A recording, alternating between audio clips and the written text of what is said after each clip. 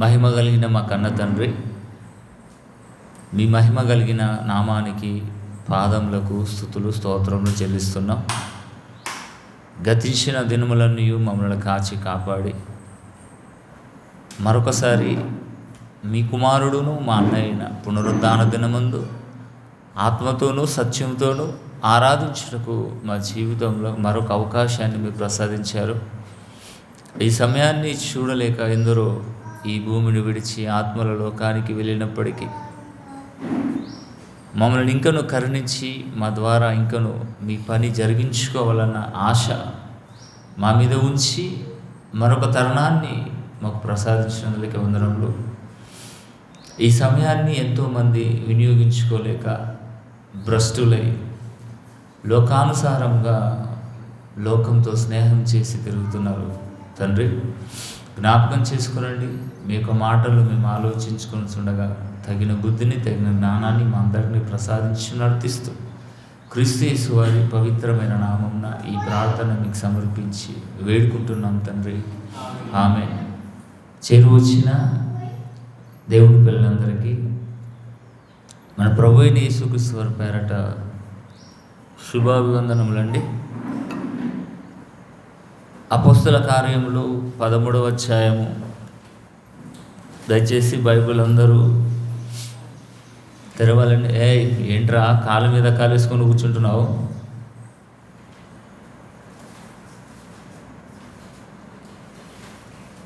అపోస్తల కార్యములు 13వ అధ్యాయము 22వ వచనాన్ని మనం చదువుదామండి. 22, 23. ఇష్టానుసారుడైన మనుష్యునికి కష్టాలు తప్పలేవా? దేవుని పిల్లలారా, దేవుని మాటలను మనం ఆలోచించుకునేటప్పుడు ఏకాగ్రత అన్నది మనకు ఉండాలండి. కొన్ని నిమిషాలు మనం ఆలోచన చేద్దాం. 22వ వచనం, 21, 22 అండి. ఆ తర్వాత వారు ఇశ్రాయేలీయులు రాజు కావాలని కోరగా దేవుడు బెన్యామీను గోత్రుడును కీషు కుమారుడనైన సౌలును వారికి 40 ఏండ్లు వరకు దయచేసిను రాజుగా. 22వ వచనం, తరువాత అతను తొలగించి సౌలు గారిని రాజుగా ఉన్నప్పుడే తొలగించి, నేను యెష్షయి కుమారుడైన దావీదును కనుగొంటిని. అతడు నా ఇష్టానుసారుడైన మనుష్యుడు. అతడు నా ఉద్దేశములన్నీ నెరవేర్చునని చెప్పి అతని గురించి సాక్ష్యం ఇచ్చాను. ఇష్టానుసారుడైన మనుష్యుడిగా చరిత్రలో నిలిచిపోయాడు రాజైన దావీదు గారు. మరి ఇష్టానుసారుడైన మనుష్యుడికి కష్టాలేంటి? దేవుడి పిల్లలారా, దేవుడికి అందరూ సమానులేనండి. దేవుడికి అందరూ సమానులే.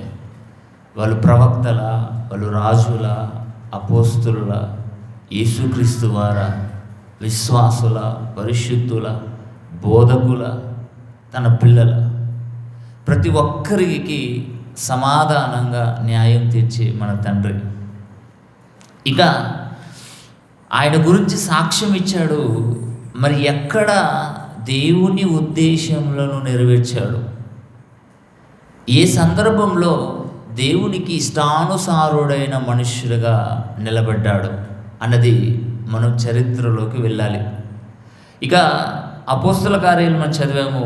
సమూయేలు మొదటి గ్రంథము, చరిత్రలోకి వెళ్ళిపోదామండి. సమూయేలు మొదటి గ్రంథము 16వ అధ్యాయం. సమూయేలు మొదటి గ్రంథము 16వ అధ్యాయము 1 నుండి కొన్ని వచనాలు మనం చదవాలండి. ఎక్కువగా రెఫరెన్సులు చెప్తున్నాడని కంగారు పడకండి. సమూయేలు మొదటి గ్రంథము 16వ అధ్యాయము 1వ వచనం. అతడు యెహోవా సమూయేలుతో ఇలాగు సెలవిచ్చెను, ఇశ్రాయేలు మీద రాజుగా ఉండకుండా నేను విసర్జించిన సౌలును గూర్చి నీవెంతకాలం దుఃఖపడతావు సమూయేలు గారు? నువ్వు ప్రవక్త, రాజులను అభిషేకించే అధికారాన్ని నేను నీకు ఇచ్చాను. సౌలును అభిషేకించావు, రాజుగా నిలబెట్టావు, కానీ సౌలు నా మాటను ధిక్కరించి ఆయన నన్ను విసర్జించాడు కనుక రాజుగా ఉండకుండా అతన్ని నేను తొలగించాను. ఇక తొలగించిన తర్వాత అతని గురించి ఎన్నాళ్ళ వరకు నువ్వు దుఃఖపడతావు? దుఃఖపడకు, నేను చెప్తున్నాను, పలానా చోటికి వెళ్ళమన్నాడు. ఇక 2వ వచనం చూడండి.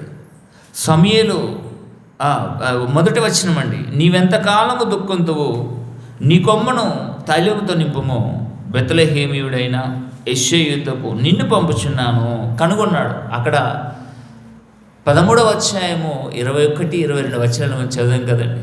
నేను యెష్షయి కుమారుడైన దావీదును కనుగొంటిని అని అన్నాడు. ఇక్కడ కనుగొన్నాడు. కనుగొని సమూయేలును యెష్షయి గారి కుమారుడైన దావీదు గారి దగ్గరికి పంపడం జరుగుతుంది. సౌలును ఎలాగైతే నువ్వు అభిషేకించావో దావీదును కూడా నువ్వు అలాగే అభిషేకించాలి. నువ్వు వెళ్ళు, త్వరపడి వెళ్ళినప్పుడు సమూయేలు గారు సౌలుకు భయపడ్డాడండి. ఒకవేళ నేను రాజును కదా, నేను రాజుగా ఉన్నప్పుడు ఇంకొకరు నువ్వు ఎలా అభిషేకిస్తావని నా మీద పడి చంపుతాడేమో అని భయపడ్డాడు. అప్పుడు దేవుడు ఒక మంచి ప్రణాళికను చేసి బెత్లెహేమునకు పంపడం జరుగుతుంది. ఇక 4వ వచనం చూడండి. దేవుడు మాట మేరకు సమూయేలు గారు బెత్లెహేమునకు ప్రయాణం కట్టాడు. సమూయేలు యెహోవా ఇచ్చిన సెలవు చొప్పున బెత్లెహేమునకు వెళ్ళెను. ఆ ఊరి పెద్దలు అతని రాకకు భయపడి సమాధానముగా వచ్చుచున్నావని అడిగాను. అంటే ఒక దైవజనుడు, ఒక ప్రవక్త ఒక గ్రామానికి, ఒక ఊరికి, ఒక పల్లెటూరుకు, ఒక పట్టణానికి వస్తున్నాడు అంటే దేవుని తరపున వస్తున్నాడు. కాబట్టి మాకు ఏదైనా శిక్ష లేకపోతే ఆనందమా, శుభకార్యక్రమమా, ఏంటి శుభవచనమా తెలపడానికి వస్తున్నాడని భయపడ్డారట. అప్పుడు భయపడ్డప్పుడు సమూయేలు గారు అంటున్నాడు, సమాధానంగానే వస్తున్నాను, మీరేం కంగారు పడకండి. ఇక 5వ వచనం చూడండి. అతడు సమాధానంగా వచ్చి తిని మీరు శుద్ధులై నాతో కూడా బలికి రండి అని చెప్పి యెష్షయిని అతని కుమారులను శుద్ధి చేసి బలి అర్పించెను. ఇక 7వ వచనం. అయితే యెహోవా సమూయేలుతో ఇలాగ సెలవిచ్చెను. మొట్టమొదట ఒక పెద్ద కుమారుడు వచ్చాడండి. పెద్ద కుమారుడు వారు వచ్చినప్పుడు 6వ వచనం చదువుతున్న చూడండి. వారు వచ్చినప్పుడు అతడు ఎలియాబును చూచి నిజంగా యెహోవా అభిషేకించేవాడు ఆయనే అని ఎదుట నిలిచి ఉన్నాడని అనుకున్నాడు. అంటే మొట్టమొదటి కుమారుడు రాగానే అతని రూపము, అతని హైటు, అతని 6 ప్యాక్, బ్యాట్ అది చూడగానే సమూయేలు గారు కూడా అనుకున్నాడు, అమ్మో దేవుడు ఏర్పరచుకున్నవాడు ఆజానుభావుడు కదా అని అనుకున్నాడు. కానీ దేవుడు అతన్ని త్రోసివేశాడు. ఇక్కడ చెప్తున్నాడు చూడండి 7వ వచనం. అయితే యెహోవా సమూయేలుతో ఇలాగ చెప్పాను, అతని రూపమును అతని ఎత్తును లక్ష్య పెట్టకము, అటువంటి మనుష్యులు లక్ష్య పెట్టు వాటిని యెహోవా లక్ష్య పెట్టాడు. నేను అతను త్రోసివేసి ఉన్నాను. మనుషులు పై రూపంలో లక్ష్య పెట్టుదురు కానీ యెహోవా హృదయంలో లక్ష్య పెట్టును. ఊరికేనే కనుగొనలేడు, ఊరికేనే దావీదు గురించి సాక్ష్యం పలకలేడండి. నిజంగా తండ్రి హృదయ అంతరంగాన్ని చూసే దేవుడు. పై రూపంలో బిల్డప్ ఎక్కువ ఉంటుంది, బిజినెస్ తక్కువ ఉంటుంది. ఈరోజు క్రైస్తవులలో కూడానండి పైకి భక్తిగా నటిస్తారు కానీ లోపల రక్తి ఉంటుంది, భక్తి ఉండదు. ఆ రక్తి అన్నది దేవుడికి తెలుసు కానీ దైవజనులు మోసపోతారు, సమూయేలు మోసపోయినట్టుగా. ఇక 6వ వచనం చూడండి. 8వ వచనం. యెష్షయి అబీనాదాబుని పిలిచి సమూయేలు ఎదుటికి అతను రప్పింపగా అతడు యెహోవా ఇతన్ని నేను కోరుకొనలేదు. ఇక 10వ వచనం 11వ వచనం అండి. నీ కుమారులందరూ ఇక్కడ ఉన్నారా అని యెష్షయిని అడగగా అతడు ఇంకను కడసారిగా ఉన్నాడు, అయితే వాడు గొర్రెలను కాయిచున్నాడని చెప్పాను. అందుకు సమూయేలు నీవు వాడిని పిలిపించమని అతడు ఎక్కడున్నాడని అతడు ఇక్కడ వచ్చే వరకు మనం కూర్చుందామని యెష్షయితో చెప్పగా నిజంగా దావీదు కనుగొన్న ఏర్పరచుకున్న వ్యక్తి కొరకు ఒక దైవజనుడు వెయిట్ చేస్తున్నాడంటే దావీదు ఎంత ఇంపార్టెంట్ పర్సన్ అండి.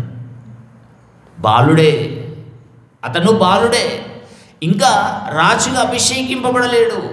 కానీ దేవుడు కోరుకున్నాడు కాబట్టి దేవుడి పలుకు మేరకు ఒక సమూయేలు ప్రవక్త అయిన కూడా అతడు వచ్చేంత వరకు వెయిట్ చేశాడు, తప్పలేదు. ఇక 12వ వచనం చూడండి. దావీదు గారు లోపలికి వస్తున్నారు. లోపలికి తోడుకొని వచ్చును. అతను ఎర్రని వాడును, చక్కని నేత్రములు గలవాడును, చూచుటకు సుందరమైన వాడునై ఉండెను. అతడు రాగానే దేవుడు అంటున్నాడు, సమూయేలు, ఇదిగో నేను కోరుకున్నవాడు ఇతడే, నేను కనుగొన్న వ్యక్తి ఇతడే, నీవు లేచి వానిని అభిషేకించమని యెహోవా సెలవీయగా సమూయేలు తైలపు కొమ్మను తీసి వాని సహోదరుల ఎదుట వానికి అభిషేకం చేసెను. నాట నుండి యెహోవా ఆత్మ దావీదు మీదికి బలముగా వచ్చెను. అభిషేకింపబడిన తరువాత దేవుని ఆత్మ, పరిశుద్ధ ఆత్మ దేవుడు దావీదులోకి రావడం జరిగింది. ఆనాడు అభిషేకం, ఈరోజు బాప్తిస్మం. బాప్తిస్మము తీసుకున్న వెంటనే పరిశుద్ధ ఆత్మ దేవుడు మనలోకి వస్తున్నాడు. మరలా అభిషేకించడం అవసరం లేదండి. Very good. కనుగొన్నాడు, కనుగొని అభిషేకించడం జరిగింది. ఇక దావీదు గారి మనస్సు దేవుని మీద ఎంత ప్రగాఢమైన విశ్వాసం కలిగి ఉందండి. ఎంత ప్రేమ అండి దేవుడు అంటే దావీదు గారికి. బాలుడంటే 12 సంవత్సరాల లోపు బాలురు అని పిలుస్తారు. ఇక ఇశ్రాయేళ్ల మీదకి ఫిలిస్తీన్లు యుద్ధానికి వచ్చారు. ఆ ఫిలిస్తీన్లలో గొలియాతు ఆజానుభావుడు. వాడిని చూస్తే మనం ఇలా చూడాలండి. మనమే హైట్ ఉన్నాము. మన హైట్ కంటే వాడు ఆజానుభావుడట. వాడి చూడగానే ఇశ్రాయేలీయులందరూ గజ్జు మణికిపోయారు. ఈవెన్ సౌలు గారు కూడా ఆజానుభావుడే, కానీ సౌలు కూడా గొలియాతుని చూసి భయపడిపోయాడండి. కానీ భయపడని ఒక వ్యక్తి ఉన్నాడే, అతడే దావీదు గారు. ఇక చూద్దామండి 17వ అధ్యాయము, అదే సమూయేలు మొదటి గ్రంథము, ప్రక్కన అధ్యాయం అండి, తీయండి.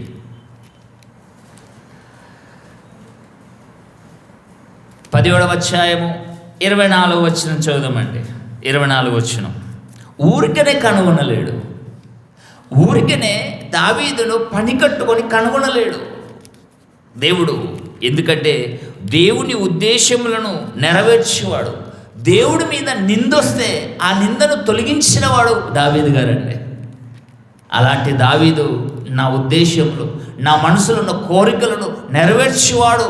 అందుకే నేను కోరుకున్నాను, కోరుకున్నానని దేవుడు స్వయాన సాక్ష్యం ఇచ్చాడు. ఇక 24వ వచనం చూడండి. 24. ఇశ్రాయేలీయులు అందరూ ఆ మనుషులంటే గొలియాతును చూచి మిక్కిలి భయపడి వాని ఎదుట నుండి పారిపోయారటండి. గొలియాతును చూచి పారిపోయారు. సౌలు సైతం పారిపోయారు.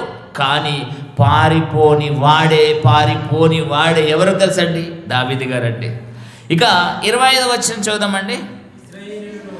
ఇశ్రాయేలులో ఒకడు వచ్చుచున్న ఆ మనిషిని చూచిదిరే, నిజముగా ఇశ్రాయేలీయులను తిరస్కరించుటకై వాడు బయలుదేరుచున్నాడు. వానిని చంపిన వానికి రాజు బహు ఐశ్వర్యం కలుగజేసి తన కుమార్తెను ఇచ్చి పెళ్లి చేసి వాని తండ్రి ఇంట వారిని ఇశ్రాయేలులో స్వతంత్రులుగా చేయునని ఒక బాకానాదం మూడడం మొదలుపెట్టారు. ఆఫర్ ఇచ్చాడు. చేత కాదా సౌలుకు? చేతకలేని వాడండి సౌలు. రాజే చేతకానివాడు. మరి ఇశ్రాయేలులో ఎవరు చేత లేనివారా? చేత కానివారుగానే ఉన్నారని భయపడిపోయారు గొలియాతును చూడగానే. ఒకవేళ గొలియాతును మీరు సాహసించి ఒకవేళ చంపితే రాజు తన కుమార్తెను నీ చంపిన వాడికి పెళ్లి చేసేస్తాడని ఒక ఆఫర్ ఇచ్చాడు. ఇది చూడండి, పలానా దొంగను పట్టుకుంటే మీకు 1,00,000 రూపాయలు గిఫ్ట్ అని పోలీసులు ప్రకటించినట్టుగా ఆ రోజు దండులో యుద్ధంలో గొలియాతును చంపిన వాడికి నా కూతుర్నిచ్చి నేను పెళ్లి చేస్తానని ఒక ఆఫర్ ఇచ్చాడండి. 26వ వచనం చూడండి. దావీదు జీవము గల దేవుని సైన్యంలో తిరస్కరించడకు ఈ సున్నతి లేని ఫిలిష్తీయుడు ఎంతటి వాడు, వానిని చంపి ఇశ్రాయేలుల నుండి ఈ నింద తొలగించు వానికి బహుమతి ఏమని తన యొద్ద నిలిచిన వారిని అడగగా, బహుమతి ఇస్తారా? నేను చంపుతాను వానికి, నేను వాడిని ఎదుర్కొంటాను.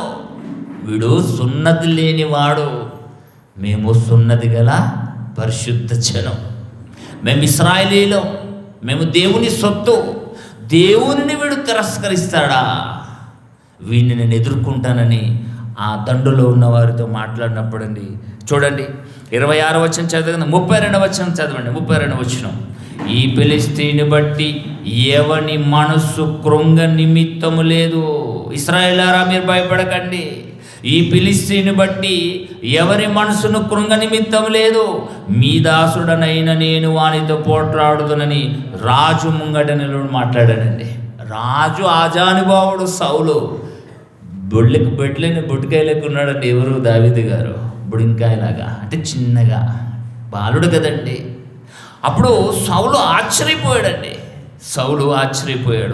సౌలు ఈ ఫిలిష్తీయుని ఎదుర్కొని వానితో పోట్లాడుటకు నీకు బలము చాలదే, నువ్వు బాలుడవు. వాడు బాల్యం నుండి యుద్ధాభ్యాసం చేసిన వాడని దావీదు తానేను.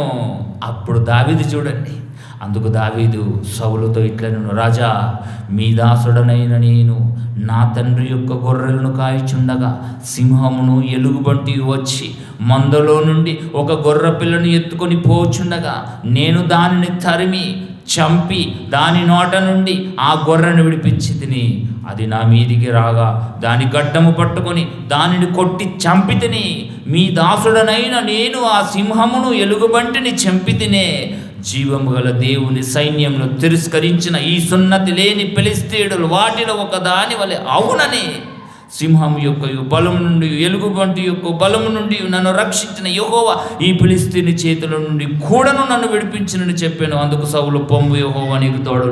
నిజంగండి, ఒక గొర్రె పిల్ల తప్పిపోతే, గొర్రెని సింహము ఎలుగుబంటు ఎత్తుకొని పోతే 100 గొర్రెలు ఉన్నాయి కదండి, 99 గొర్రెలు మాయే కదా. ఒక గొర్రె పోతే పోంటేనే విడిచిపెట్టలేడండి. నా తండ్రి గారు యెషయా గారు 100 గొర్రెలు నాకు ఇచ్చాడు సుమారు. అందులో ఒక్కటి కూడా నేను తప్పించను. 100 గొర్రెలను మేపి తిరిగి నా తండ్రి గారికి నేను అప్పగిస్తాను. బాధ్యత అక్కడ చూశాడండి దేవుడు. ఒక గొర్రె ఎత్తుకొని పోతే నిజంగానే మనిషి కంటే గొర్రె ముఖ్యమా? యెషయా గారికి వచ్చేసి ఆ మాట చెప్పేటప్పుడు, నా కుమారుడా, నువ్వు ఎలాగైతే బ్రతికావు కదా, గొర్రెపోతే పోనివ్వండి, ఎందుకు నాయన దానితో నువ్వు యుద్ధం చేసావంటే, దావీదు గారు, నీవు నా మీద బాధ్యత, నా మీద నమ్మి గొర్రెల్నిచ్చావే మేపుమని, ఆ గొర్రెలను మేపడానికి నా ప్రాణాన్ని సైతం నేను పెడతాను. అందుకే గొర్రెలకు మంచి కాపరి ఉండాలి. అది చూస్తున్నాడండి దేవుడు. ఒక్క గొర్రెపిల్ల పోతే ఏంటంటే, అయినా గొర్రెపిల్లను కూడా నేను పోనివ్వను. సింహాన్ని చంపి గొర్రెపిల్లను విడిపించాడు. అదే నా ఇశ్రాయేలు గొర్రెలను నా కుమారుడికి దావీదు గారికి అప్పగిస్తే ఎలా కాస్తాడో, కంటికి కొనుక్కులు లేకుండా కాస్తాడు. అందుకే కనుగొన్నాడు. ఎందుకంటే నా ఉద్దేశంలన్నీ నెరవేరుస్తాడు. వాడు ఫిలిష్తీయుడు, సున్నతి లేని ఫిలిష్తీయుడు జీవము గల దేవుని దూషించినప్పుడు ఆ నింద నా మీద పడకుండా నా కుమారుడు వేసుకొని వానితో యుద్ధం చేసి వాడిని చంపాడు, నిందను తొలగించాడు. మరి ఇశ్రాయేలు ఎవరు లేరా? ఇశ్రాయేలులో బాలురు ఎవరు లేరా? పెద్దలు ఎవరు లేరా? రాజున్నాడే. ఎవరికి లేని నొప్పి దావీదు గారికి ఎందుకు చెప్పండి? ఇష్టానుసారుడు. అల్లరి చేస్తున్నారు మీరు, వాడిని కట్టేయండి అక్కడ. దేవుని పిల్లలారా, ఆలోచించేది, ఇటువంటి వానికి నా ఇశ్రాయేలు పిల్లలను నేను అప్పగిస్తే చాలా కంటికి రెప్పగా కాపాడతాడు అని సౌలును తొలగించి దావీదును రాజసింహాసనంలో కూర్చునిపెట్టాడు దైవం. చూడండి, 46వ వచనం నుంచి చదువుదామండి. 46వ వచనం. ఈ దినమున యెహోవా నిన్ను నా చేతికి అప్పగించును, నేను నిన్ను చంపి నీ తల తెగవేతును. ఇశ్రాయేలులో దేవుడున్నాడని లోక నివాసులందరూ తెలుసుకున్నట్లు నేను ఈ దినమున ఫిలిష్తీయుని యొక్క కళేబరను ఆకాశ పక్షులకు భూమి మృగములకు నేను ఇత్తును. లోక నివాసులందరూ తెలుసుకోవాలట. కింగు డేవిడ్ అంటే నిజంగండి పేరుగాంచిన వాడండి. ఈరోజు చరిత్రలో నిలిచిపోయాడు దావీదు గారు.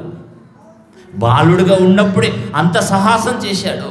మరి ఇక యవన దశలోకి వచ్చేసరికి నిజంగా ఇంకెంత సాహసం చేస్తాడండి.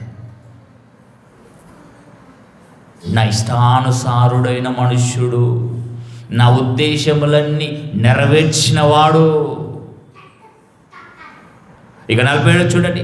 అప్పుడు యెహోవా కత్తి చేతను ఈట చేతను రక్షించు వాడు కాడని ఈ దండు వారందరూ తెలుసుకొందురు. యుద్ధం యెహోవాదే, ఆయన మిమ్మల్ని మా చేతికి అప్పగించినని చెప్పాను. ఆ ఫిలిష్తీయుడు లేచి దావీదును కలియుటకి అతనికి ఎదుర్కొని పోగా, దావీదు వారిని ఎదుర్కొన్నకు సైన్యం తట్టు త్వరగా పరిగెత్తుకుని పోయి తన సంచిలో చెయ్యి వేసి అందులో నుండి రాయి ఒకటి తీసి వడిసెలతో విసిరి ఆ ఫిలిష్తీయుని నొదట కొట్టెను. ఆ రాయి వాడిని నొదట చొచ్చినందున వాడు నేలన బోర్ల పడిపోయాడండి. ఎక్కడ కొడితే పడిపోతాడో దావీదు గారికి బాగా తెలుసు. దావీదు ఫిలిష్తీయుని కంటే బలాఢ్యుడై ఖడ్గము లేకయే వడిసెలతోనూ రాతితోనూ ఆ ఫిలిష్తీయుని కొట్టి చంపెను. వాడు బోర్రపడగా దావీదు పరిగెత్తుకుపోయి ఫిలిష్తీయుని మీద నిలుచుండి వాని కత్తి వరలో నుండి దూసి దానితో దాన్ని చంపి వాని తలను తెగ నరికేశాడండి. దట్ ఈస్ దావీదు గారు, నమ్మకమైన వాడు, దేవుని ఉద్దేశములను నెరవేర్చిన వాడు దావీదు. ఎందుకు దేవుడు ఈ ప్రస్తావన ఎందుకు ఇక్కడ రాసి పెట్టాడు చెప్పండి? మంచి రాశాడు, చెడు రాశాడు.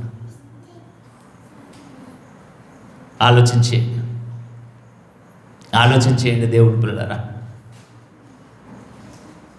సమూయేలు మొదటి గ్రంథం ప్రకాధ్యాయం చూడండి, 18వ అధ్యాయము 15వ వచనం. నిజంగండి 18వ అధ్యాయము 14వ వచనం చూద్దామండి. 14:15. మరియు దావీదు సమస్త విషయములలో సుబుద్ధి కలిగి ప్రవర్తింపగా యెహోవా అతనికి తోడుగా నుండెను.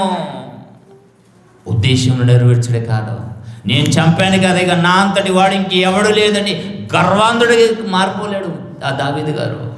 సుబుద్ధి కలిగి, ఒక పని దేవుడు నాకు అప్పగించాడు, ఈ పని నేను పూర్తి చేశాను, తిరిగి ఇంకో పని నాకు చెప్పాలంటే దేవుడు యందు సుబుద్ధి కలిగి నేను నిలబడాలి.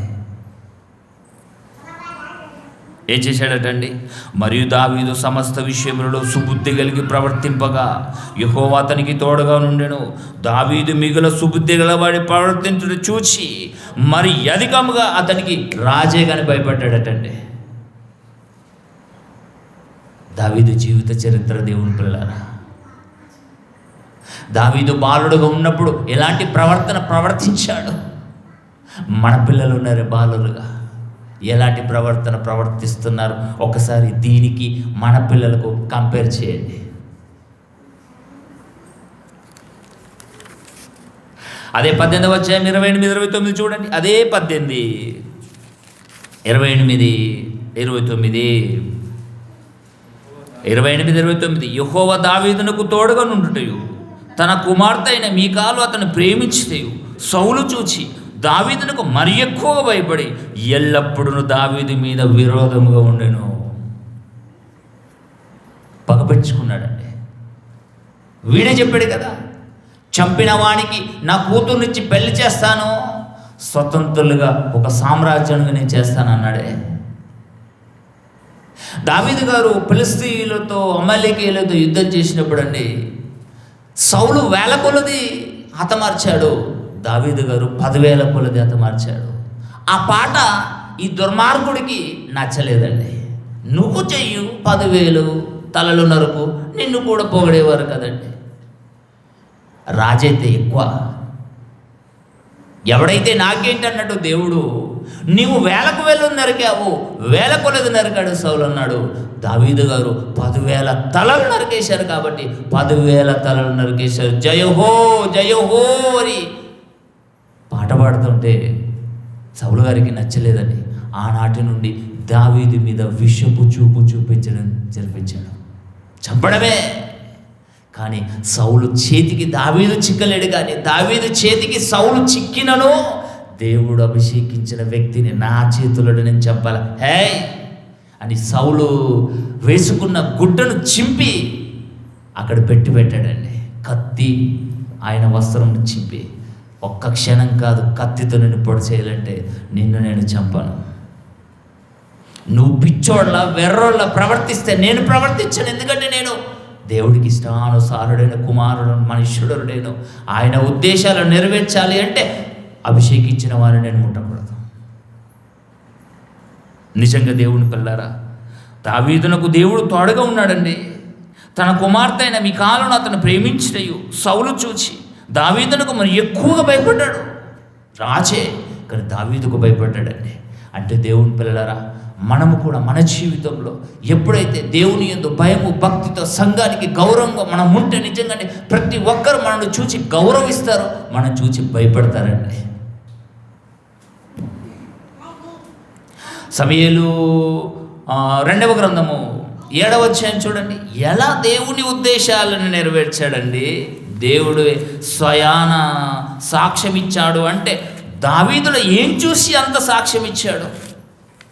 ఇశ్రాయేలు భయపడ్డాడు, రాజు సైతం భయపడ్డాడు. కానీ దేవుని మీద నింద పడకుండా ప్రాణ సాహసం చేశాడు. ప్రాణానికి అపాయమైన సరే గొలియాతును ఎదుర్కొని దేవుని మీదనున్న నిందను తొలగించాడండి. ఇక సమూయేలు 2వ గ్రంథము 7వ అధ్యాయం చూడండి, 7వ అధ్యాయం. యెహోవా నలుదిక్కులు అతని శత్రువుల మీద రాజు అయ్యాడు. అప్పటికి సౌలు చనిపోయాడండి. సౌలు చనిపోయాడు. ఇక రాజుగా స్థిరంగా సింహాసనం మీద కూర్చున్నాడు. ఇశ్రాయేలును ఏకచక్రాధిపతిగా 40 సంవత్సరాలు పరిపాలించాడు దావీదు గారు. యెహోవా నలుదిక్కులు అతని శత్రువుల మీద అతనికి విజయం ఇచ్చి అతనికి నెమ్మది కలిగజేసాను. ఆహా, నెమ్మది ఉంది, ఇక ప్రశాంతంగా నేను బ్రతకాలని అనుకోలేడని దావీదు గారు మరొక దేవుని ఉద్దేశాన్ని నెరవేర్చడానికి ప్రారంభికుడు అయ్యాడు. చూడండి, కలుగజేసిన తర్వాత రాజు తన నగరి యందు కాపురం ఉండి నాతాను ప్రవక్తను పిలిపించి, నిజంగాండి ఈ ఆలోచన సౌలు గారికి రాలేదు, దావీదు గారికి వచ్చింది. దావీదు గారు దేవుణ్ణి అమితంగా ప్రేమించాడండి. ఎవరైనా పిల్లలు తల్లిదండ్రులను ఎక్కువగా ప్రేమిస్తే తల్లిదండ్రులు ఉన్న మనసులో ఉన్న కోరికలను నెరవేరుస్తారండి. ఇక వేరే పిల్లలు ఉంటారండి, వాడు తిరగడము ఆడుకోవడం అంతే.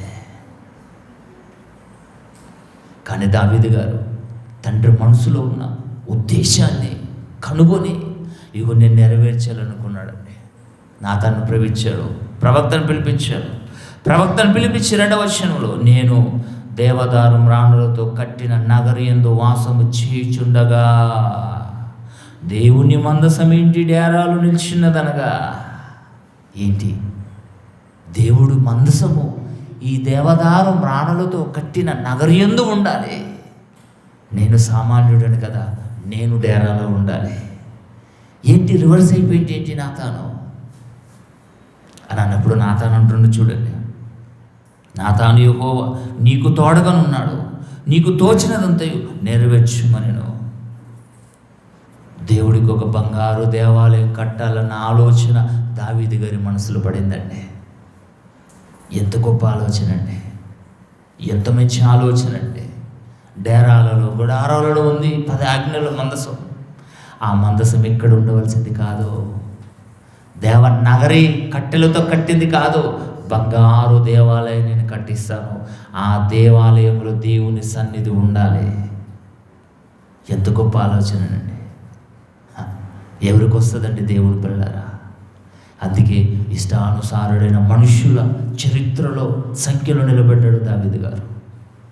దేవునికి రాని ఆలోచన, దేవుని మనసులో ఉన్న ఆలోచన తెలుసుకొని నేను దేవునికి ఒక బంగారు దేవాలయాన్ని కడతానని ఒడంబడిక చేసుకున్నాడండి. దేవుడు చెప్పాడులే, నాయన నీ చేతులతో రక్తము ప్రవహించింది, నీ చేతులతో రక్తంతో నిండిపోయింది కనుక నీ నడుముల నుంచి వచ్చే ఒక సుపుత్రులతో నేను కట్టించుకుంటాను మాటిచ్చాడు. మాట ప్రకారంగా సొలొమోను గారితో కట్టించుకున్నాడు దేవుడు. దేవుని నామ ఘనత కొరకు బంగారు దేవాలయమండి. ఇంకా ఎన్నో సందర్భాలు మనం చూడవచ్చు, సమయం సరిపోదండి. ఆ సమూయేలు 1వ గ్రంథము 2వ గ్రంథము మీరు చదవండి. నిజంగానే దావీదు దేవుణ్ణి ఎంతగా అభిమానిస్తున్నాడు. దేవుణ్ణి ఎంతగా ప్రేమించాడు, దేవుని ఆశలను తీర్చడానికి ముందుకొచ్చాడండి. తన ప్రాణం సైతాన్ని పెట్టాడు. కానీ దేవుడు పిల్లారా ఒక చిన్న తప్పు చేశాడండి. ఒక చిన్న తప్పు చేశాడండి. ఆ తప్పుకు కూడా దేవుడు శిక్ష వేశాడు దావీదు గారికి. ఇష్టానుసారుడైన మనుష్యునికి కష్టాలు తప్పలేవండి. తప్పు చేస్తే దేవుడు ఎవరిని వదలడు. అందుకే యాకోబు పత్రికకు రాయించాడు కదండి, బోధకులైన మీకు మనకు మరి కఠినమైన తీర్పు అన్నాడు. కఠినమైన శిక్షలకు వెళ్ళిపోతారు, జాగ్రత్త. దావీదు గారు ఒక రాజు అండి, ఇశ్రాయేలును పరిపాలిస్తున్నాడు. ఇశ్రాయేలు గోత్రంలో 12 మంది గోత్రాలు పరిపాలిస్తున్న దావీదు గారు ఏ తప్పు చేయకూడదు. ఒకవేళ అతనికి కావాలి అంటే దేవుణ్ణి అడిగి దేవుని పర్మిషన్ తీసుకొని నువ్వు అనుభవించా అన్నాడు. కానీ ఒకరి పట్ల తప్పు చేశాడండి. ఆ సందర్భాన్ని మనం చూసుకుందాం దేవుని పిల్లలారా. సమూయేలు 2వ గ్రంథము 11వ అధ్యాయము. సమూయేలు 2వ గ్రంథము 11వ అధ్యాయము మొదటి వచనాన్ని చూద్దామండి. 11వ అధ్యాయం మొదటి వచనం. వసంతకాలం రాజులు యుద్ధమునకు బయలుదేరు సమయమున దావీదు యోవాబును అతని వారిని ఇశ్రాయేలందరినీ పంపగా వారు అమ్మోనీయులను సంహరించి రబ్బ పట్టణము వరకు ముట్టడి వేసిరి. అయితే దావీదు యెరూషలేమునందు నిలిచెను. కొంప ముంచిందండి ఆ రోజు యుద్ధానికి వెళ్ళిన అయిపోతుండే దావీదు గారు వెళ్ళక యెరూషలేమునందు నిల్చుండి ఒకానొక దినమున ప్రొద్దుగుంగవేళ దావీదు పడక మీద నుండి లేచి రాజనగర బిద్దె మీద నడుచుచు పైనుండి చూచుచుండగా స్నానం చేయ ఒక స్త్రీ కనబడెను. ఆమె బహు సౌందర్యవతి ఉండుట చూచి దావీదు దానిని సమాచారం తెలుసుకొనుటకై ఒక దూతను పంపెను. అతడు వచ్చి ఆమె ఎలియామును కుమార్తెయు హిత్తీయుడగు ఉరియాయును భార్యనై బత్షెబని తెలియజేయగా దావీదు దూతల చేత ఆమెను పిలువనంపించి ఆమె అతని యొద్దకు రాగా అతడు ఆమెతో కలిసిపోయాడండి. తప్పు చేశాడు, శయనించడం జరిగింది. ఆమె గర్భవతిగా మారింది. దావీదు గారికి సమాచారం వచ్చింది. ఇక నా వలన గర్భవతి అయితే పుట్టే బిడ్డ కొడుకు నా వంశస్థుడు కదా, మరి బత్షెబకున్న భర్త ఉండకూడదు. ఇది తప్పు చేశాడు. నంబర్ 1. సెకండ్ తప్పు, ఉరియాని చంపించాడండి. దేవుడు చూస్తున్నాడు, ఆపడు దేవుడు, ఆపడు. మనుషులను స్వతంత్రంగా విడిచిపెట్టాడండి దేవుడు. ఒకవేళ ఎవరు తప్పు చేయాలన్న దేవుడు ఆపుతే నిజంగానే మనకు స్వాతంత్రం ఎక్కడదండి, బానిసలుగా ఉంటాం. కనుక దేవుడు ముందు చెప్తాడు, నాయన ఏ తప్పు మీరు చేయకూడదు, పండు తిను దినమున మీరు చేస్తారని ఆదాముకు అవ్వకు ఖండితంగా చెప్పాడు. అయినా దేవుడి మాటను మీరి పండు తిని చచ్చిపోయారండి ఆత్మీయంగా. దావీదు గారు ఆవిడతో పోయాడు, అనుభవించాడు, బాగుంది. గర్భవతి అయిందండి. 5వ వచనం చూడండి. ఆ స్త్రీ గర్భవతి నేను గర్భవతినైనానని దావీదుకు వర్తమానం పంపగా దావీదు హిత్తీయుడు ఉరియాను నా ఎద్దుకు పంపమని దూత ద్వారా యోవాబుకు ఆజ్ఞ ఇచ్చాను. ఉరియా దావీదుని రాగా దావీదు యోగక్షేమమును జనుల యోగక్షేమము యుద్ధ సమాచారం అడిగాను. తర్వాత దావీదు ఇంటికి పోయి శ్రమ తీర్చుకొను ఉరియాకు సెలివేగా ఉరియా రాజనగర్ నుండి వెళ్ళిపోయాను. బాగుంది. కానీ ఒక పకడ్బందీ ప్లాన్ చేశాడండి దావీదు గారు.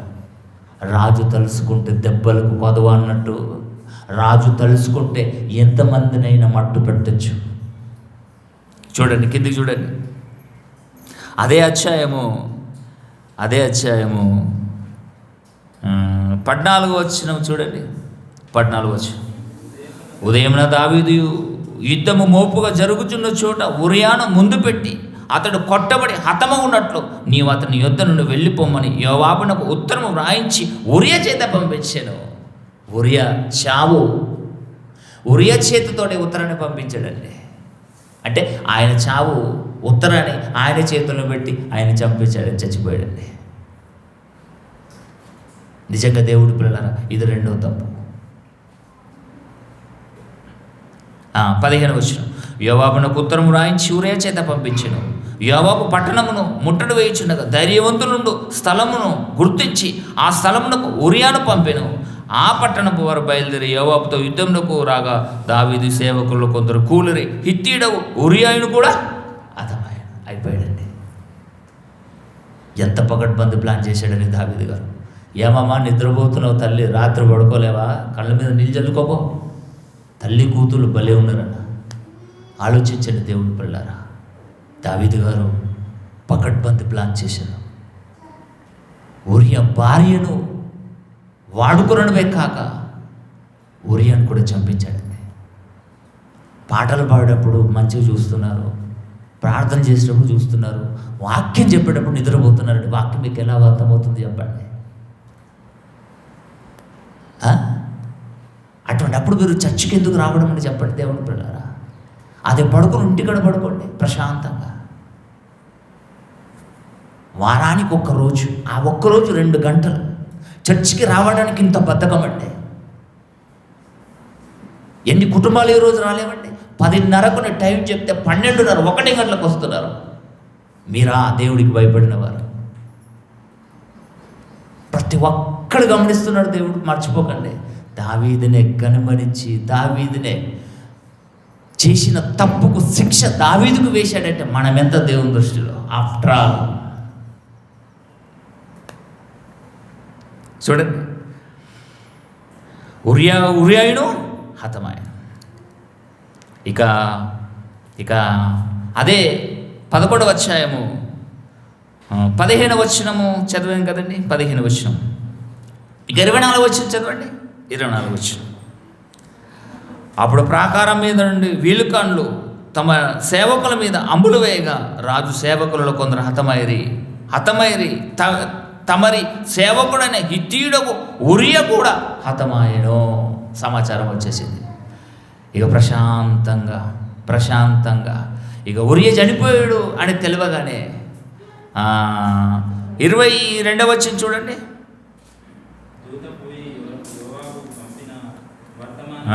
లేదు, 26. ఉరియా భార్య తన భర్తయు ఉరియా హతమైన సంగతి విని తన భర్త కొరకు అంగలార్చెను. అంగలార్పు కాలము తీరిన తర్వాత దావీదు దూతలను పంపి, ఇక భర్తనే లేడు కదా, నేనే నీకు భర్త, కమా తీసుకురండి. ఎంత ప్రణాళిక వేశాడండి. ఇష్టానుసారుడైన మనుషులు తప్పిపోతారండి.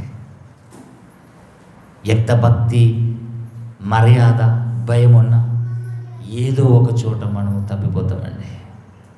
ఏదో ఒక చోట బలహీనపడతామండి. ఈరోజు ఆ బలహీనతల నుండి బలపరచడానికి, ఆ తప్పుల నుండి పాపల నుండి కడిగి మనము పవిత్రులుగా మారడానికి యేసుక్రీస్తు వారి రక్తము, ఆ రొట్టె శరీరం మన యుద్ధం. ఆ రోజు ఎక్కడ ఉంది చెప్పండి?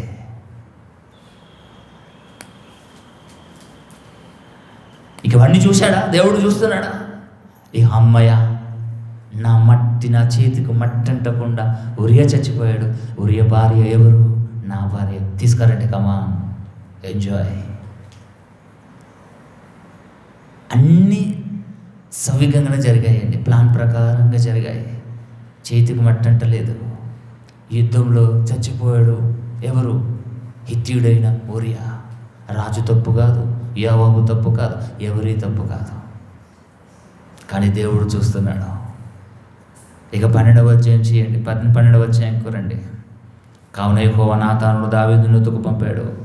నిజంగండి, దేవుడు పని పూర్తయ్యేంత వరకు చూస్తున్నాడు.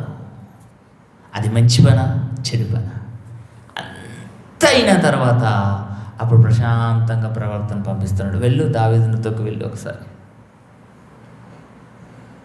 ఎందుకండి దావీదు గారు మిద్దె మీదకి వెళ్ళి ఆ స్త్రీని చూస్తున్నప్పుడు, ఎందుకు చూస్తున్నావు, నీ కళ్ళు తిప్పుకో అని ఎందుకు మార్చలేడండి? మనుషుని ఎందుకు మార్చలేడండి? తప్పు చేస్తావా చెయ్యవా? నువ్వు రాజు కదా, రాజు అయితే రాజ్యంలో ఉన్న వారందరూ నీ పిల్లలే కదా, నీ పిల్లలు అనుభవిస్తావా? అంటే రాజైతే గొప్ప, వారు నా పిల్లలు ఇశ్రాయేలీయులు, ఇశ్రాయేలును నా పిల్లలుగా నీ పిల్లలుగా మార్చాను. ఒక గొర్రె పిల్లను పోనీయకుండా సింహం నోట్ల నుండి తప్పించి గొర్రెల మందరు నీ తండ్రి గారికి ఎలాగైతే అప్పగించావు బాధ్యత రహితంగా, ఆ బాధ్యత నా ఇశ్రాయేలు గొర్రెలను నీ చేతికి అప్పగిస్తే గొర్రె పిల్లను కోసుకొని తినేస్తావా?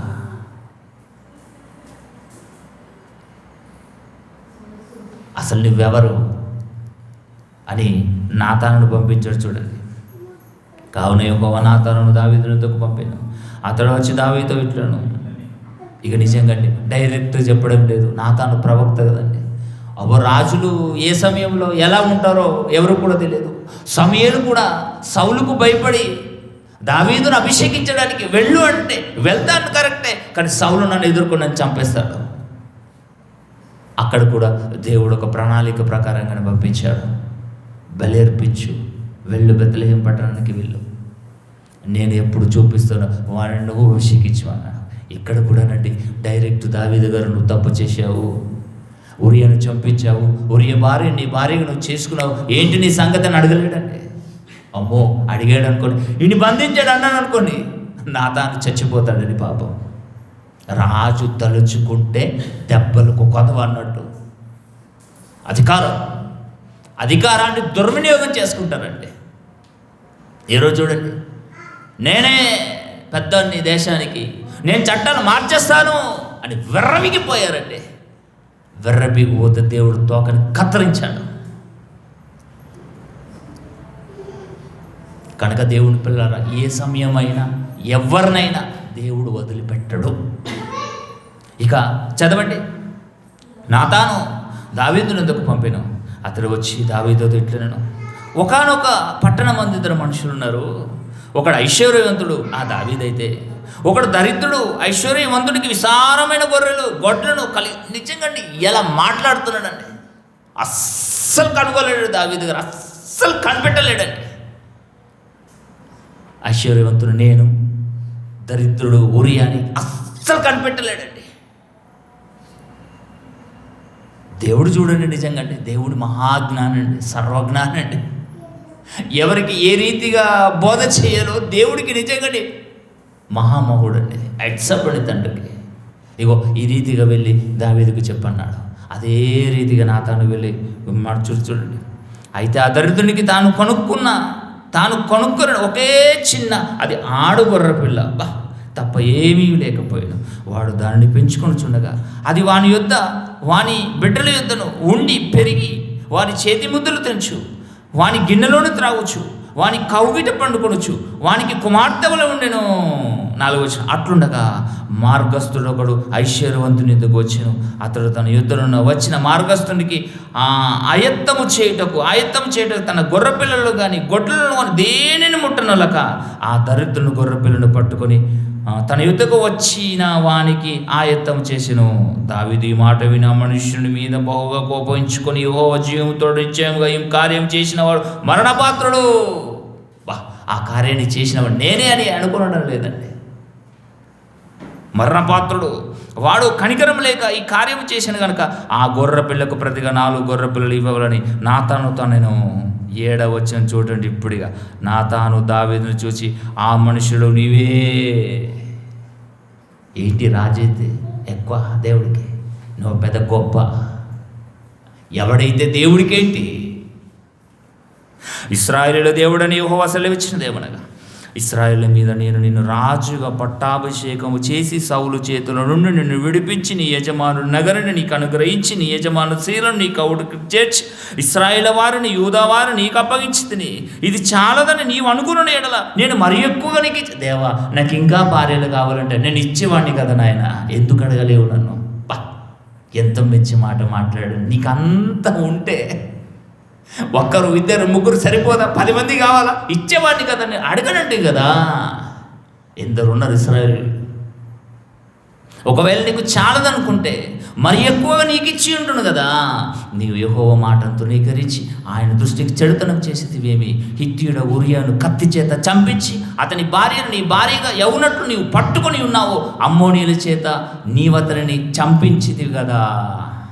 నీవు నన్ను లక్ష్యం చేయక హిత్తీయుడ ఉరియా భార్యను నీకు భార్య ఉన్నట్లు తీసుకొనినందున నీ ఇంటి వారికి సదాకాలం యుద్ధం కలుగును.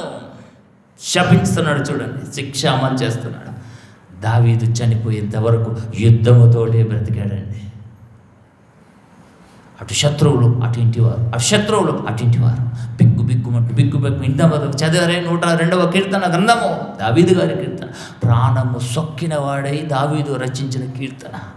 నేను అడవిలో గూడబాత వలె పోలి ఉన్నాను, పైడిగడ్డ వలె పోలి ఉన్నాను. ఎందుకు రాశాడు? అంత బాధ. దావీదు గారు తప్పు చేసిన తర్వాత దేవుడు శిక్షించిన శిక్ష అమలవుతుంది. దావీదు గారికి అమలయ్యింది. ఇష్టానుసారుడే, కానీ కష్టాలు తప్పలేవు. తప్పు చేశాడు. దావీదునే విడిచిపెట్టలేడు. మనమెంత దేవుడికి చెప్పండి. యేసుక్రీస్తు వారి శరీరం ఉంటే ఏంది, రక్తం ఉంటే ఏంది, దానికి కూడా కొన్ని లిమిట్స్ ఉంటాయి. లిమిట్స్ దాటి మనము చేశామో దావీదుని శిక్షించినట్టు దేవుడు మనను కూడా శిక్షిస్తారా?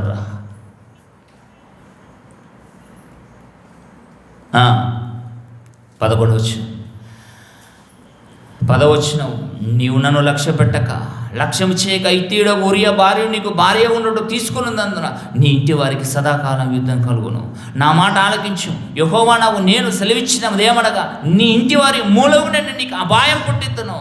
నీవు చూచుచుండగానే నేను నీ భార్యలను తీసి నీ చీరువను అప్పగించెదను. పగటి యందు వాడు వానితో శయనింతురు. నీవు ఈ కార్యం రహస్యంగా చేసావే, నీ కోటలోకి పిలిపించుకొని చేసావే. ఉరియా భార్యను నువ్వు శయనించావే, కోటలోకి బెడ్రూమ్లోకి వెళ్ళి రహస్యంగా చేశావే. కానీ నీ భార్యలను పగటి యందు నేను ప్రజలకు అప్పగిస్తాను అన్నాడు. తర్వాత నీవు ఈ కార్యం రహస్యంగా చేసితివి గనుక ఇశ్రాయేలును చూచుచుండగా పగటి యందే నేను చెప్పిన దాన్ని చేయించుననగా నాతాను నీవు చావకున్నట్లు యెహోవా నీ పాపం పరిహరించెనా. అయితే ఈ కార్యము వలన యెహోవాను దూషించుటకు ఆయన శత్రువులకు నీవు గొప్ప హేతువు కలగజేసితివి గనుక నీకు పుట్టిన బిడ్డ నిశ్చయంగా చచ్చునని దావీదుతో చెప్పి తన ఇంటికి వెళ్ళిపోయాడు. ఈరోజు క్రైస్తవులు తప్పు చేస్తే దేవునికి అవమానం తెలుసా? ఈరోజు క్రైస్తవులని పేరు పెట్టుకొని బాప్టిజం తీసుకొని సంఘంలో దేవుడి చేత చేర్చబడిన తర్వాత ఆదివారం గుడికి రాకపోతే మీరు చర్చికి వెళ్ళలేరే అని అన్నారు అనుకోండి, నింద నీకు కాదు దేవుడికి.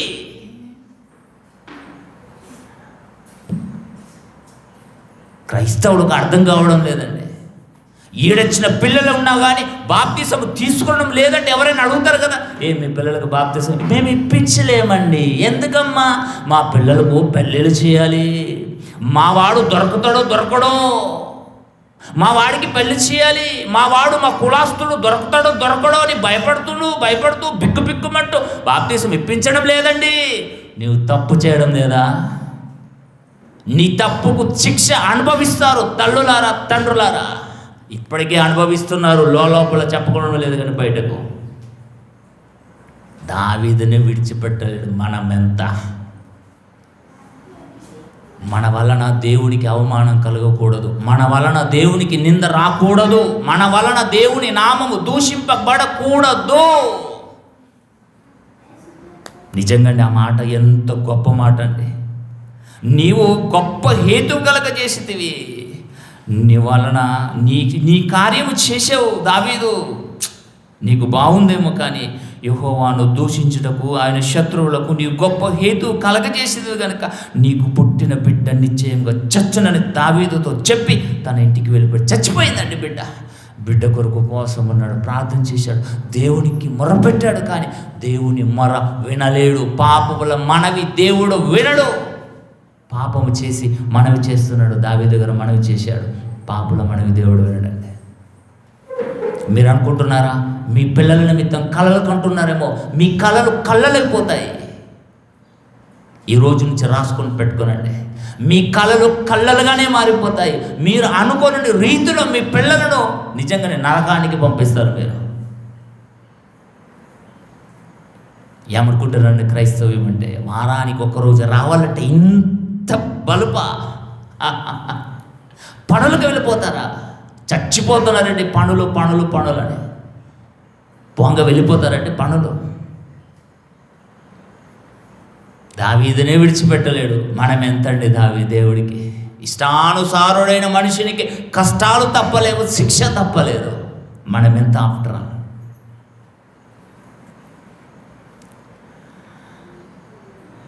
51వ అధ్యాయము కీర్తన గ్రంథం చదవండి.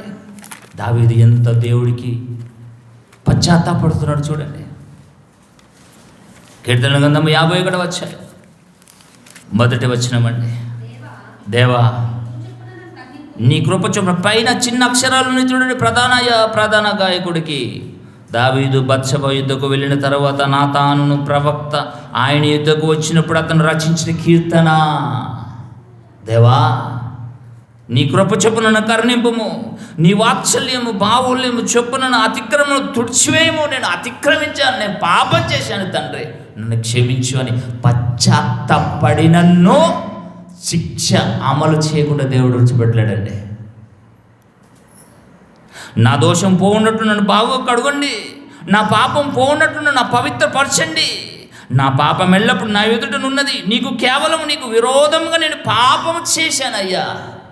ఉరియా భార్యను నా భార్యగా చేసుకుని ఉరియను చంపించాను, ఆ పాపం నాకు గుర్తే ఉంది. కానీ మనమంటే తెలుసండి, తప్పు చేసిన పాపము చేసిన, అసలు మీరు చేశారండి అని దైవజనుడు సేవకుడు చెప్తే నన్ను అంటావా నీవు అని చర్చ మానేస్తారండి, పగపడతారండి. ఒక ఇష్టానుసారుడైన మనుష్యుడు దేవుని దగ్గరికి వచ్చేసి కాళ్ళ మీద పడిపోయాడు. నేను తప్పు చేశాను, దయచేసి నాకు క్షమించండి.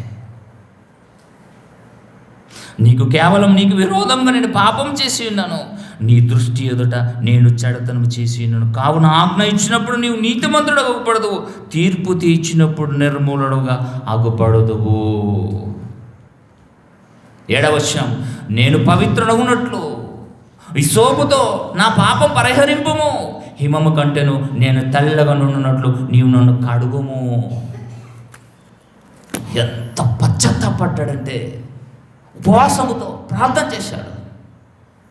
బిడ్డ బ్రతికించండి తండ్రి, బిడ్డను బ్రతికించండి తండ్రి, బిడ్డను కనికరించండి తండ్రి అని దేవుడు కనికరించాలని కఠినం చూపించాడు. నువ్వు రాజువైతే నాకేంటి, నువ్వు దావీదువైతే నాకేంటి, నా ఇష్టానుసారుడవైతే నాకేంటి, నా ఉద్దేశం నెరవేర్చిన వాడవైతే నాకేంటి, పాపము చేశావు, శిక్ష అనుభవించి తీరాలి, దట్సా. ఎన్ని సందర్భాలలో మనం పాపంలో పడిపోవడం లేదండి, దేవుడిని ఎన్నిసార్లు దూషించడం లేదండి, దేవుడికి ఆయాసమైన మార్గం మనలో ఎన్ని సందర్భాలలో కనబడుతుంది చెప్పండి. దావీదు గారి జీవిత చరిత్ర మనకొక గుణపాఠంగా మారాలి. అన్నాడు కదండి, నీ ఇంటి వారి వలన నీకు అపాయం కలుగజేస్తానన్నాడు. నీ భార్యలు ఇశ్రాయేలు చూస్తుండగా నడి రోడ్డు మధ్య నీ భార్యలతో కూడతారా అన్నాడని 100% జరిగిందండి. చూడండి, సమూయేలు 2వ గ్రంథము 15వ అధ్యాయం, సమూయేలు 2వ గ్రంథము 15వ అధ్యాయం అండి. సమూయేలు 2వ గ్రంథము 15వ అధ్యాయము 13 నుంచి చదువుదామండి. 13 నుంచి. సమూయేలు 2వ గ్రంథము 15వ అధ్యాయము. ఇశ్రాయేలీయులు అబ్షాలోము పక్షమున వహించినని దావీదునకు వర్తమానము రాగా, దావీదు యెరూషలేమునందున్న తన సేవకులందరికీ ఇలాగ ఆజ్ఞాపించెను, అబ్షాలోము చేతుల నుండి మనం తప్పించుకొని రక్షణ నొందలేమో, మనము పారిపోదుము రండి. అతడు హఠాత్తుగా వచ్చి మనను పట్టుకొనక మునుపు కీడు చేయక పట్టణమును కత్తివాత హతము చేయక ఉండునట్లు మనం త్వరగా వెళ్ళిపోదాం రండని. అందుకు రాజు సేవకులు ఇలాగ మనవి చేసి, చిత్తయించుకు నీ దాసులమైన మేము మా ఏలిన వాడవు రాజువకు నీవు సెలవిచ్చినట్లు చేయుటకు సిద్ధముగా ఉన్నాము. అప్పుడు రాజు నగరిని కనిపెట్టుటకై ఉపపత్నులను 10 మందిని ఉంచిన మీదట తన ఇంటి వారిని అందరిని వెంట పట్టుకొని కాలినడకన బయలుదేరి పారిపోయాడు, ప్రాణాన్ని దక్కించుకోవడానికి. రాజండి దావీదు గారు ఎలా ఉండేవాడు, ఎలా మారిపోయాడు చెప్పండి. చిన్న తప్పే, అంతే కదండి, చిన్న తప్పే కదండి, వెళ్ళిపోయాడండి. ఇక 18వ వచనం చూడండి.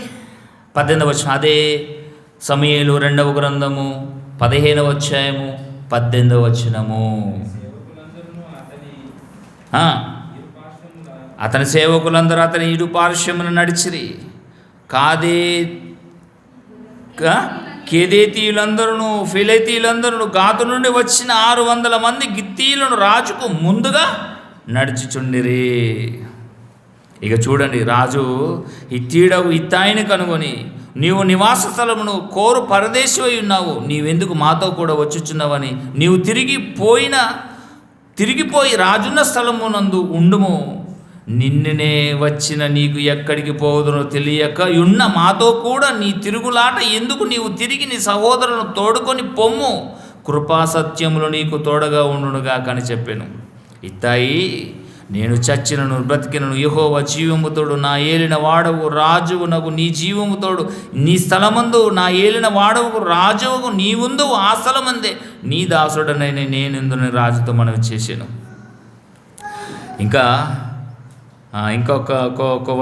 ఒక వ్యక్తి వస్తాడని చూడండి, 30వ వచనాన్ని చూడండి. 30వ వచనం, అయితే దావీదు ఒలీవ చెట్ల కొండ ఎక్కుచు ఏడ్చుచు తల కప్పుకొని పాదరక్షకులు లేకుండా కాలినడకన వెళ్ళెను.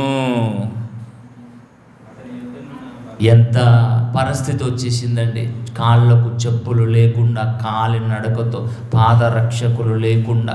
అబ్షాలోము నన్ను చంపుతాడేమో అని అబ్షాలోముకు భయపడి నిజంగానే అడవుల్లోకి పారిపోయాడండి. నీవు తప్పు చేశావు, నీ ఇంటి వారి వల్ల నీకు అపాయం కలుగుతుంది అన్నాడు. నీ కడుపున పుట్టిన వాడే నిన్ను తరుముతాడు. అతడేనండి అబ్షాలోము. దేవుడి పిల్లారా, ఇష్టానుసారుడే, దేవుని ఉద్దేశం నెరవేర్చిన వాడే. నెరవేర్చినప్పుడే దేవుడికి మంచి. ఇక నెరవేర్చిన ఆపేసి పాపాలలో మనం పడిపోయామనుకోండి, దేవుడు మనకు శత్రువు అవుతాడు. వారానికి ఒకసారి వస్తున్నాం, తక్కిన 6 రోజులు ఏం చేస్తున్నారు? దేవుడి సహవాసంతో ఉంటున్నారా? బైబిల్ చదువుకుంటున్నారా? దేవుని మాటలు ఆలోచిస్తున్నారా? గూగుల్ మీట్లో అటెండ్ అవుతున్నారా? మాకెందుకండి, మాకు అన్నీ తెలుసండి ఇక అనుకుంటున్నారా? పప్పులో కాలేస్తున్నారు. జాగ్రత్త సుమా. సంఘము పెట్టిన విధి విధానాలు ప్రతి ఒక్కరూ అనుసరించాలి. ఇది క్రీస్తు సంఘం, కుల సంఘం కాదు, ఇది యూనియన్ సంఘం కాదు. ఇది సమాధి కార్యక్రమానికి రండి అని మెసేజ్ పెడితే ఎంతమంది వచ్చారండి? ఆదరణ కూడిక ఉందని మెసేజ్ పెడితే ఎంతమంది స్పందించారండి? అంటే మీకు సంఘముగా కనబడడం లేదా? ఇది ఏ కేళ్ళు ఉన్నారండి మీరు? అందరు నాకు అర్థం కాదు. ఏ క్యాల్లో ఉన్నారండి మీరు? ఏం ఆలోచిస్తున్నారండి? ఇక్కడికి రాగానే భక్త, ఇది దాటగానే లోకం, రక్త సంబంధులు, దగ్గర బంధువులు. ఇక సంఘం మీకు ఎందుకు గుర్తుకొస్తుంది? ఆత్మీయులు ఎందుకు గుర్తుకొస్తారు చెప్పండి? నిజంగానే అన్నదమ్ములు అందరూ బాధపడ్డారండి. సంఘం వారు లేరు. నేనేం చేయాలి మరి? వారికి కాలు దండేసి దండం పెట్టి నిలుదుర్కొని రావాలి, డ్రమ్ములు పెట్టుకొని. ఇదా మీరు దేవుడికి ఇచ్చే విలువ, సంఘానికి ఇచ్చే గౌరవం, సేవకుడి మాటకిచ్చే విలువిదేనండి మీరు? దేవుడి పిల్లలారా, ఆలోచన చేయండి.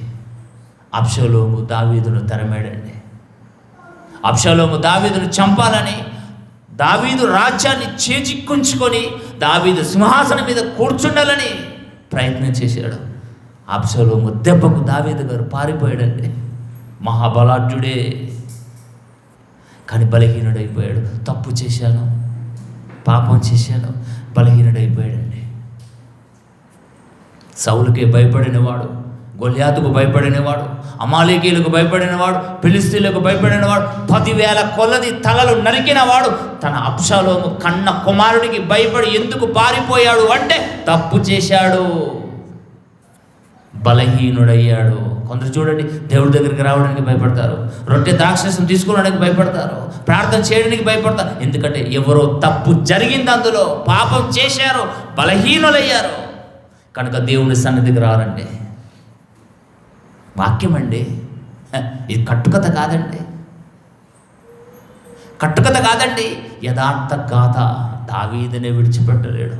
మనము దేవుని పట్ల దోషం చేస్తే, మనము దేవుని పట్ల తప్పు చేస్తే, పాపం చేస్తే దేవుడు మనం విడిచిపెడతాడని అనుకుంటున్నారా? నెవర్, అసంభవం.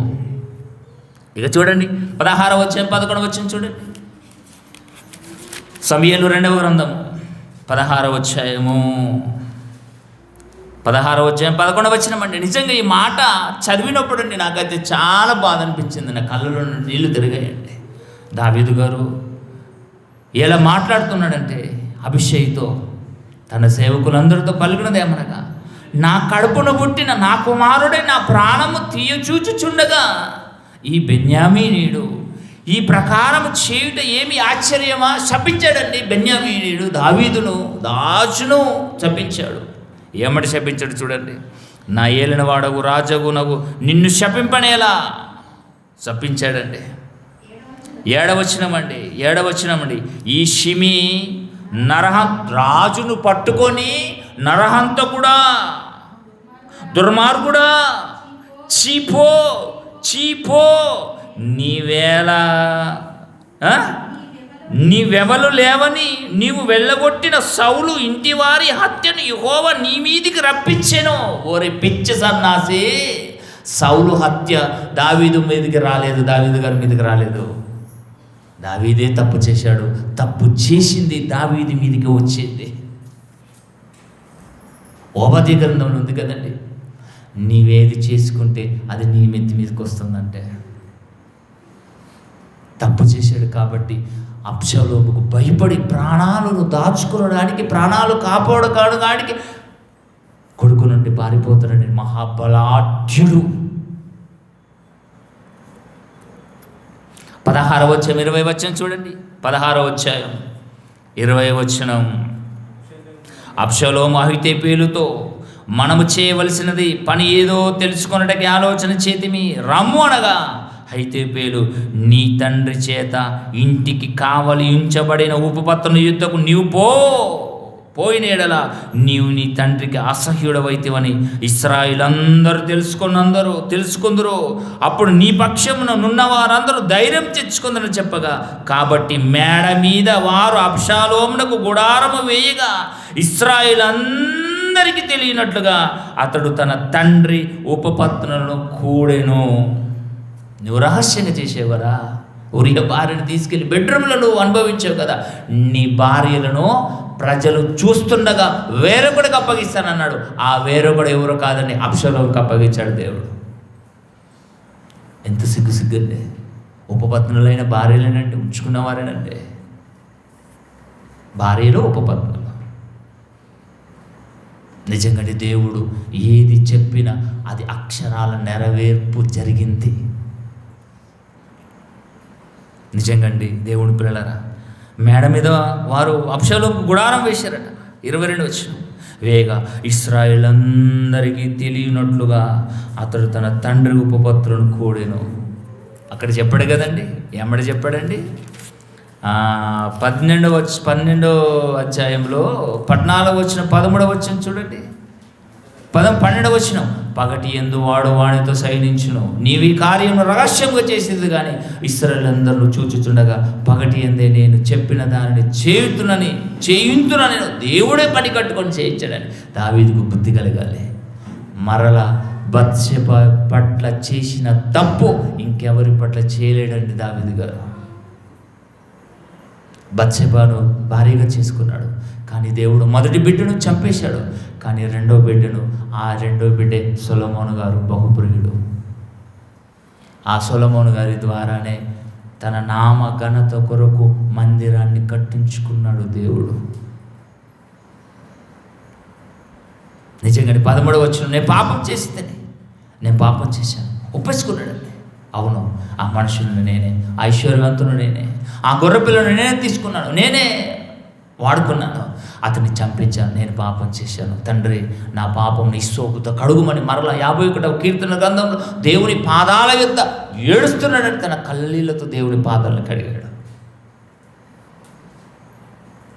అంటే దేవుని పిల్లలారా, దావీదు గారి జీవితంలో ఉద్దేశాలను నెరవేర్చాడు దేవుడి. ఇష్టానుసారుడైన మనుష్యుడిగా చరిత్రకెక్కాడు. కానీ చిన్న తప్పు చేశాడు, కానీ దేవుని దృష్టిలో పెద్ద తప్పు అయింది. రాజులు తలుచుకుంటే ఏదైనా చేయొచ్చు కదండి. ఈరోజు చూడని జరగడం లేదండి ప్రపంచం.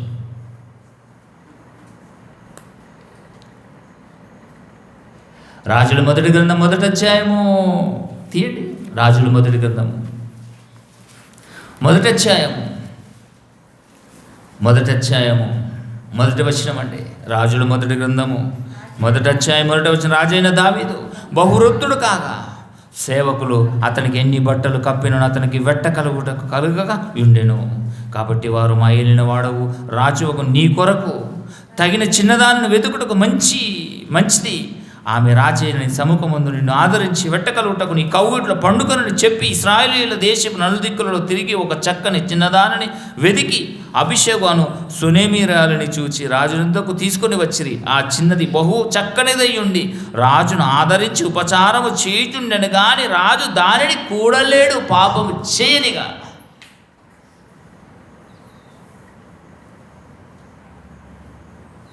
ఆలోచించండి దేవుని పిల్లలారా. శిక్ష అమలు చేశాడు దేవుడు. శిక్షను సంతోషంగా స్వీకరించాడు దావీదు గారు.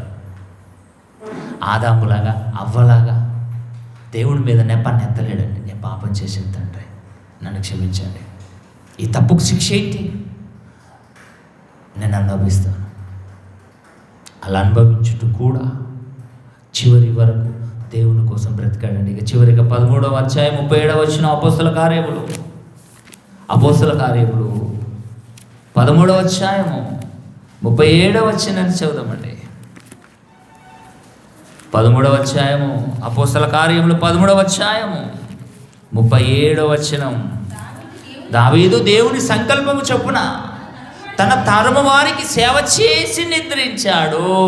తప్పు చేసినప్పటికీ తప్పును కప్పిపుచ్చుకునలేడు.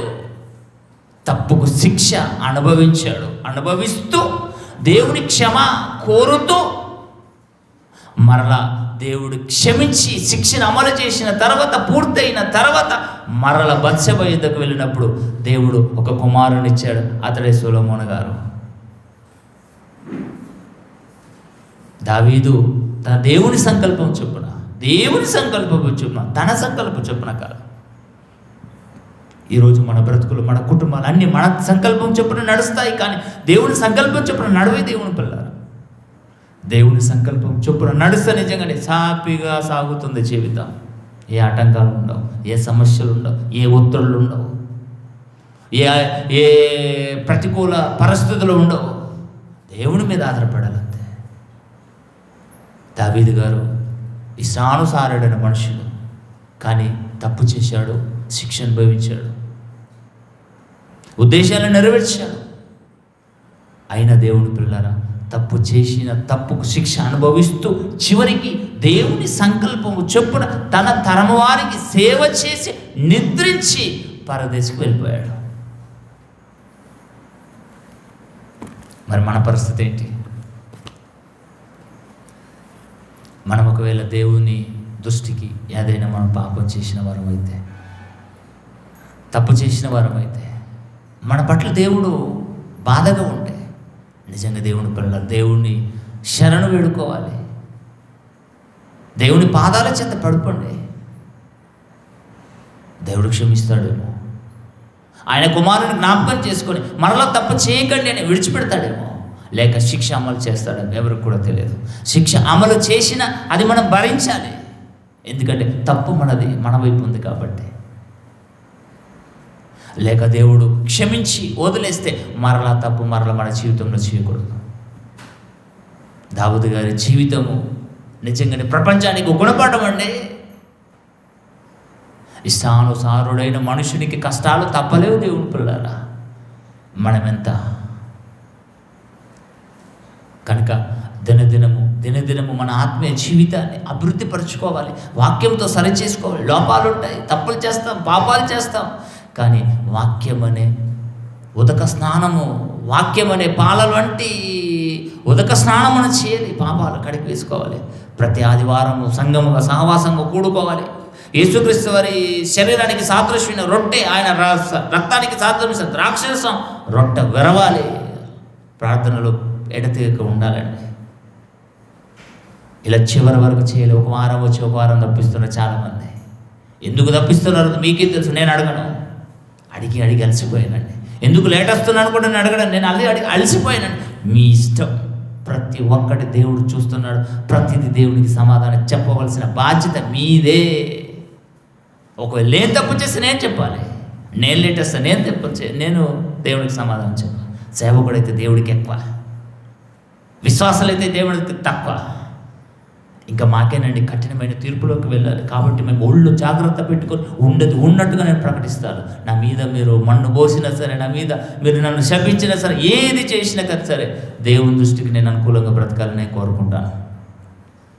కనుక దేవుడికి వెళ్ళారా, ఇష్టానుసారుడైన మనిషికి కష్టాలు తప్పలేవు. మరి మనము దేవుని దృష్టిలో దేవుని సన్నిధిలో బ్రతుకుతున్నాము. ప్రతి ఒక్కరు వాక్యాన్ని చదువుతూ వాక్యం ముందర స్కానింగ్ చేసుకోవాలి. దేవుడికి ఇష్టానుసారుడైన పిల్లలుగా దేవుని ఉద్దేశాలు నెరవేర్చుటట్టుగా మనం బ్రతకాలండి. అలా బ్రతకాలి. ప్రతి ఒక్కరిని ప్రేమపూర్వకం కోరుకుంటూ మాటలు ముగిస్తున్న ప్రార్థన చేసుకుందాం. దయగలిగిన మా తండ్రి, దయగలిగిన మీ పాదాలకు అందరం చెల్లిస్తున్నాం. ఇంతవరకు మంచి మాటలు మాకు నేర్పించారు. నేర్చుకున్న మేము మీ మాటల ప్రకారము మేము బ్రతుకుటకు కృప చూపండి దేవా. అంతం వరకు మేము సహిస్తూ మా ఆత్మీయ జీవితాన్ని దినదినం అభివృద్ధి పరుచుకుంటూ మీ వాక్యం చేత మేము సరిచేసుకొని దేవా, మేము చేసిన పాపాలను, మేము చేసిన తప్పులను మీరు క్షమించండి, దయచేసి క్షమించండి. మీకు ఆయాసకరమైన మార్గం మాలో ఉంది, దయచేసి ఒకసారి క్షమించండి. ప్రతిసారి నా దేవా, మీ పట్ల మేము తప్పు చేస్తున్నాం, మిమ్మల్ని బాధ పెడుతున్నాం, మీ నామాన్ని మేము దూషిస్తున్నాం, మీ కుమారుని నామాన్ని అవమానపరుస్తున్నాం తండ్రి. మా వలన, మా కుటుంబాల వలన, మా పిల్లల వలన మీకు అవమాన పాలు తీసుకొస్తున్నాం తండ్రి. ఇక నుండి ఈ మాటలు విన్న తర్వాత ఎవరిని మీరు విడిచిపెట్టారన్న సంగతి మాకు అర్థమయ్యింది. ఇక నుండి అయిన దేవ ఒళ్ళు దగ్గర పెట్టుకొని మీ యందు భయముతో, భక్తితో బ్రతుకుతూ మీ ఉద్దేశాలను భూమి మీద తీరుస్తూ మీ ఇష్టాన్ని నెరవేర్చే పిల్లలకు మమ్మల్ని అందరినీ మలుచుమని అర్థిస్తూ ఇంత గొప్ప జ్ఞానాన్ని మాకు నేర్పించి తండ్రి గారికి మంచి ఆరోగ్యం, ఆయుష్ను ప్రసాదించండి. Joint directors, deputy directors, additional deputy director, ప్రిన్సిపాల్స్ని, కోఆర్డినేటర్ను, ప్రతి ఒక్కరిని మీరు పేరు వరుసగా బైబిల్ ఓపెన్ యూనివర్సిటీ కుటుంబాన్ని మీరు జ్ఞాపకం చేసుకుని నడిపిస్తూ తల్లి వంచిన మీ పిల్లలందరినీ మీ చేతికి అప్పగించుకుంటూ క్రీస్తు యేసు వారి అమూల్యమైన నామమున ఈ ప్రార్థన మీకు సమర్పించి బ్రతిమిలాడి వేడుకుంటున్నాం తండ్రి. ఆమేన్.